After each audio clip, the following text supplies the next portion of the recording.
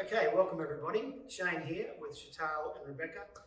We're going to talk to you today about something that's fairly nerve-wracking for early career lawyers, that very first court appearance.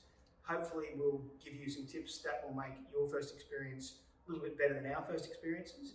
I can recall my first experience, which was going down to the Magistrates Court for what was called a Section 20A capital A section application, and basically that's a work licence. So my client had not had a job for a long time, finally got a job delivering goods to building sites, needed a car clearly, went out to celebrate, got done for DUI, and the only person he could afford was this little article clerk who had not done any contested application before in his life.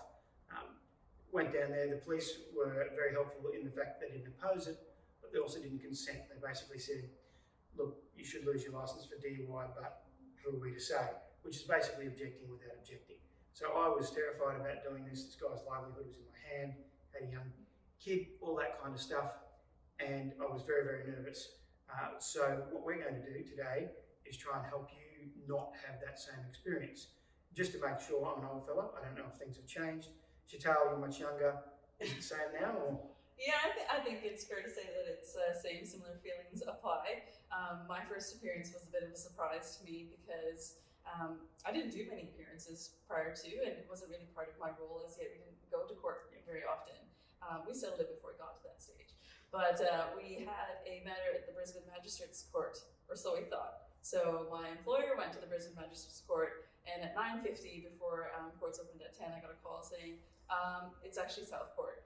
So of course, there'd be no way that he'd be able to make it back to Gold Coast in time. So off I went. Little caveat there though was it was Casual Friday, and I was wearing jeans and a flannel shirt and boots about yay high. Not necessarily court appropriate attire. Lucky for me, I had a wonderful mentor and colleague in the office.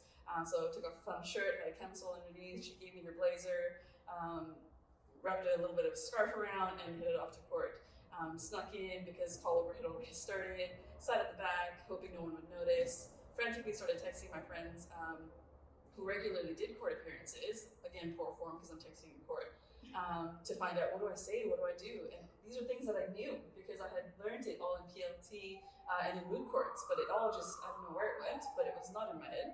And snuck in behind the bench, found out I needed a notice to appear slip, which I didn't realize either, did the appearance and somehow managed to sneak out, went back to the office, only to find out how lucky I was because I did not get a strip torn off of me for being in poor court attire, coming in late, texting in the courtroom. So very, very lucky because a colleague of mine had mentioned, and he was a few years admission experience older than I was, and he had mentioned how he had not worn a tie, and his jacket wasn't too great or something of the sort, and he had a very opposite experience where he had the judge really condone him for the way he showed up to court. So I think that's a very similar experience. And when I'm talking to early career lawyers or future leaders, I think the feeling is still very much there. So any tips would be helpful. The first tip obviously is spare clothes that work. Yes. I think is the big one. Yeah. But Rebecca, we're lawyers and we're competent and we think we know everything.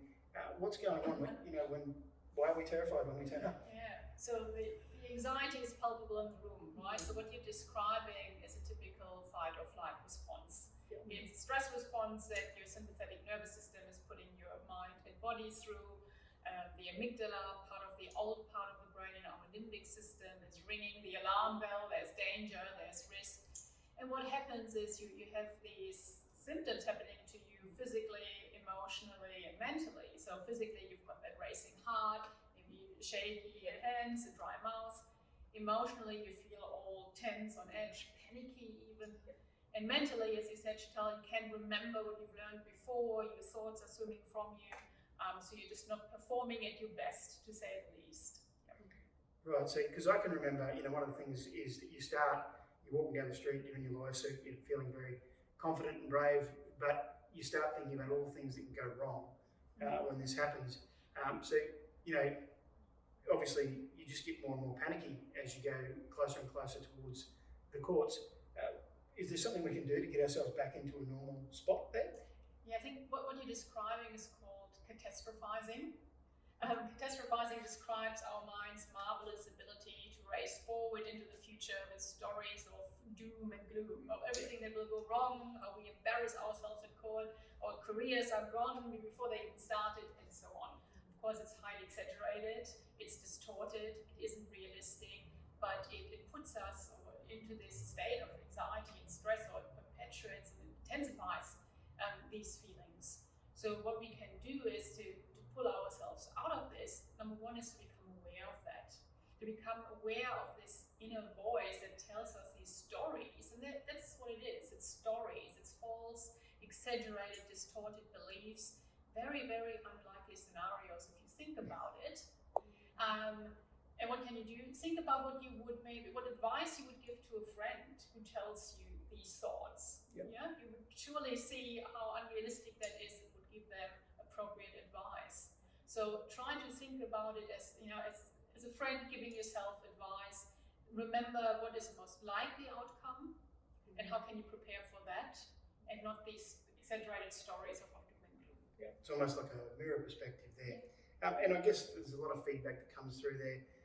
And Sheetal, in my day, we were big heavy telephones, dictaphones, no social media or anything like that. Your generation... What's that like? Quiet, much quieter. But your generation, you've got these chat rooms and things like that. Definitely. Help or hinder? I mean, yeah. what's it like? I'm a part of, with my role, I engage with a lot of forums and Facebook groups, and there's often a lot of discussion of the early career lawyers or junior lawyers just sharing their stories or asking for feedback from more senior lawyers of, this is what's happened to me, and yeah, I kind of do wonder whether that helps or hinders the process, because it's an information overload essentially of, I had the benefit of not hearing those experiences when I went in, but I came back to hear that this is what could have happened to you.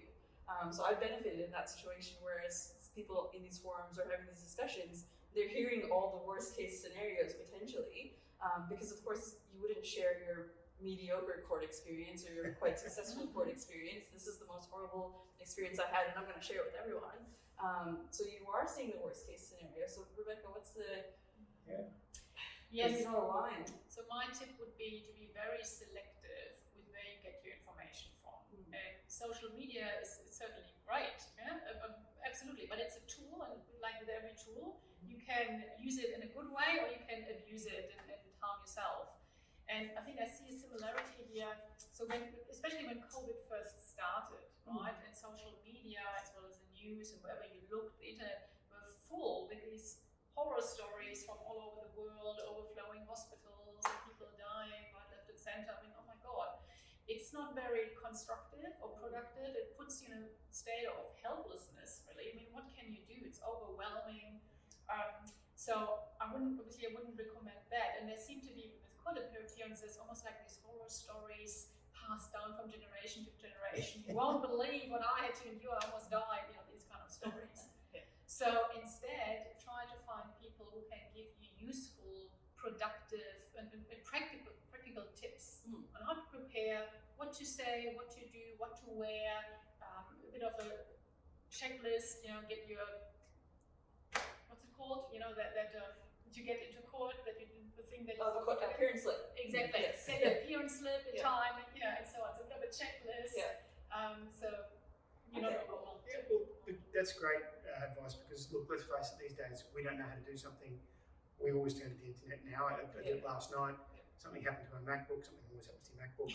When the actual computer that worked, Googled it. Some man showed me how to get rid of it. So that's what we tend to do. But one of the things, we have things like our Modern Advocate lecture series where we have judges come along and talk to us. Every single one of them talks about preparation. Is that really something that is going to work, or is it just something they like to tell us because they can't think of anything else? I think it does help. It also helps you to steer towards something that you can actually control, right? You can control how much you prepare, how much productive, constructive, useful suggestions and feedback you get, and so on.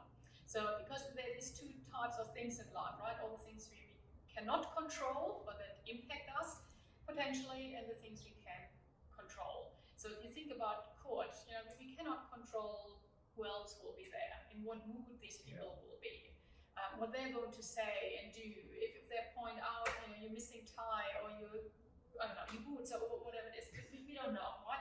But what we can control is how we carry ourselves. So will we prepare, what we pay attention to, for example, as well, who we listen to.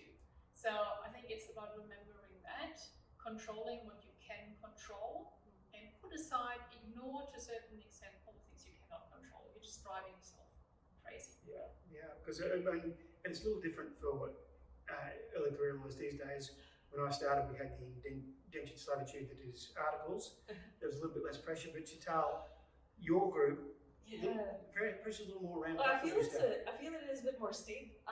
So there's a lot of pressure to perform. You have to meet budget. Depending on the firm that you're at, you may just get thrown into the deep end. Your boss may go to the wrong courthouse, and you have to kind of take the reins. That happens. And you don't want to disappoint anyone because it's your first opportunity, essentially, to show them, the court, the judge, your employer, that I can do this. I've got what it takes to be here. I have what it takes to then make it to your partner level or your associate level or senior associate level. So I think there's a lot of pressure and expectations and a lot of self-expectations that we have. And I know I had that. I still have that. I don't know if that's something that we shed as lawyers, but I feel like in circumstances like this, it's something that would hinder us. So what are some coping mechanisms or tools to navigate through that? I think what you're talking about here is perfectionism. Yeah. Right? Absolutely. And perfectionism is actually the enemy of high performance. Right?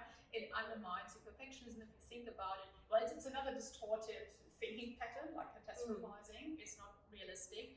It's about trying to achieve an unattainable idea, an abstraction that doesn't exist, like what is perfect. Yeah.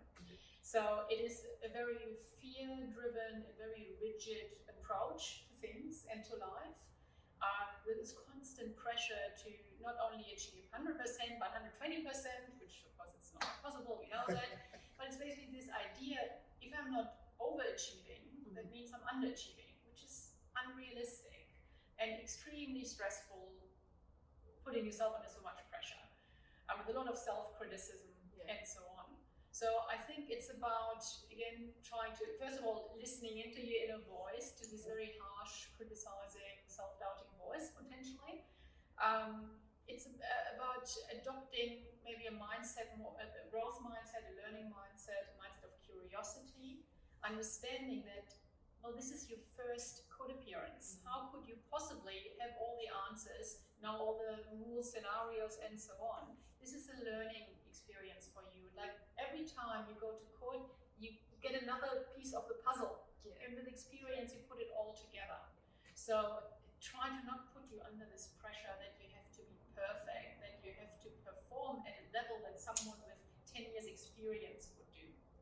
And I think one of the cool tips that I do see on the forums, and it's not that everyone on the forums are catastrophizing, there are helpful tips there, of course, but the common thread that I kept reading was experience and the amount of exposure you have to the appearances. It helps over time. There was someone on one of the forums that had mentioned 20 years in and I still feel super anxious when I go and make an appearance, but I think that may have been due to a particular judge, not the actual person. But it's so much more than a mental game though, because you mentioned the perfectionism and this chatter that we have in the back of our heads about, you have to be great because so much is riding on this. Physically, there's a response. Like you mentioned it previously, that I was probably sweating. My hands feel really shaky. I feel really nervous. I get a dry mouth, as you said.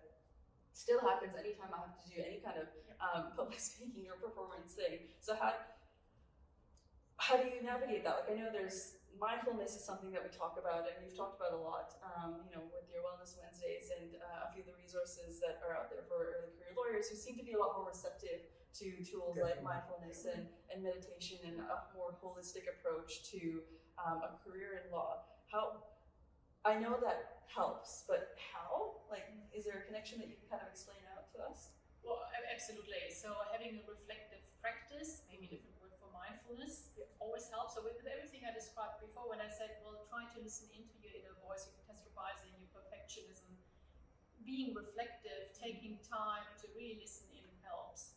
But I think what you also referred to is, well, if you're in that moment, you're sitting there and you're sweating, you're palpitating heart and so on, what can you do to calm down your nervous system, which is obviously in overdrive. What can you do in the moment? And I want to share one simple, easy technique that's available to all of us as long as we're breathing, because it's about breath. So I described before the typical fight or flight response in the beginning, the stress response. This is our sympathetic nervous system, right? Trying to get us ready for fight. Now we want you to get the opposite, and we can get that by slow, deep, calm breathing. And especially if you make your exhalations a bit longer than your inhalations, that is deeply calming. And that is grounded in biology. So because these deep breaths trigger our vagus nerve, one of the biggest nerves in the body, which controls the parasympathetic nervous system. So the antagonist, the sympathetic one. And it basically reverts all, what I said before, the physical symptoms, rapid heartbeat, shaking hands, dry mouth, and so on, or tummy upset. It's also called the rest and digest reaction, and the opposite of fight or flight. So it calms our nervous system down. It gets your thinking skills and your emotional self-regulation a bit more back in focus. So I would recommend just do that, 30 seconds, whatever, just concentrate on your breath and take deep, slow breaths. It's very self-relaxed. Is there a pattern, like 7 in, 11 out type of thing? The longer you can do it, the better, but let's not forget you are in court and you probably have to pay attention to what's happening. But even if you can take 30 seconds, if you can take 3 breaths, it's better than none, right? And it's, when we're nervous, you might have noticed our breathing is quite up in our chest. So the idea is to get deep abdominal breaths, and actually get the breath a bit deeper into our body. That's all what we're trying to achieve. Another cool thing that I came across is I get really nervous. I still do every single time. And I found if I hold on to something, even if it's under the bar, under the bench, to fidget with it. I don't know what the biology or the psychology behind that is, but that's just something I do. So I'm not like picking at my nails or picking at my hands or flying around. It's all the surplus energy that wants to go somewhere. Tangible. Right? Yeah. I think that's not an unusual technique. I think a lot of people tend to grab onto the lectern. Yeah, just hold on for dear life. For dear life sort of thing, yep. Okay, well, that's great. Look, I hope that's been useful to you. Basically, if you look at what we've gone through, one of the things we want you to take out of this is you don't have to be this anxious. Think about the things Rebecca's given to us there. Practice them. It will get better over time, I promise.